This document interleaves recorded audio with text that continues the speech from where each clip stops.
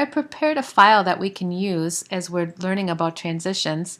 It's pretty basic, it just has a number of square div tags, and each of the div tag IDs is named something that reflects what they're going to do. So there's one called color, color changes on the hover, opacity. There are actually a few different ways we're going to talk about changing opacity, the scaling of the div tag, the rotating, and then what if you want a number of different things affected by the transition. On Blackboard, this file will be called Transitions Practice. So if you want to find that and work along, that would be wonderful. I want to start out in this very first div tag with the idea of color. And if you look, I have CSS rules written to describe the background colors for all of these. Normally when we're writing a hover rule, it tends to go on a link. So we might have a colon link and then a colon hover, maybe even an a colon visited. But hover states don't have to just go on links. They can actually go on anything. So for an example, I'm going to create a hover for color. So I've repeated the rule name, colon hover. Now anytime somebody mouses over anything to do with this div tag, potentially something can happen. So let's change the background color to blue, something easy to type. I have my braces in place, I have my colon, my semicolon. I'm going to go ahead and save this.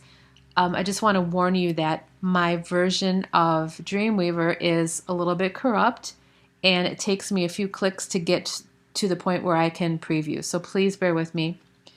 You can see these OKs that I have to go through. It's very annoying.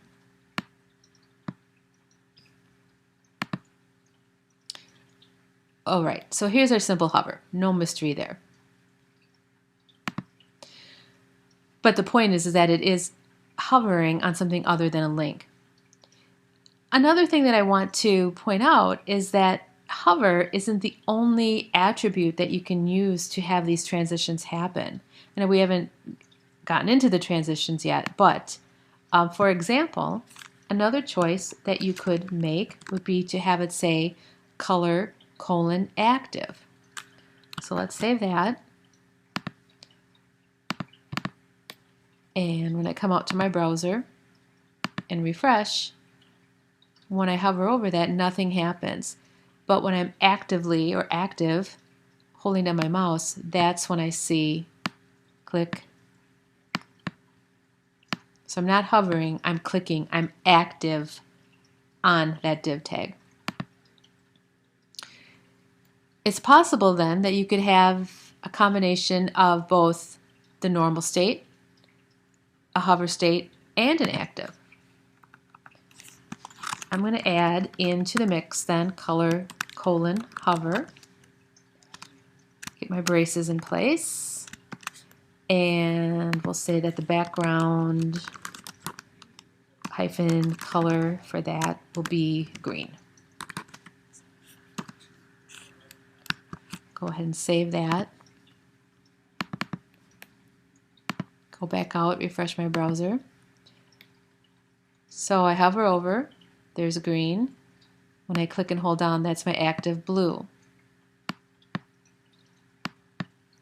Okay. The hover and the active, right now we have those tacked on to div tags, but they can also appear on type, they can appear on images. Anything really that you can write a rule for can have a colon hover or a colon active.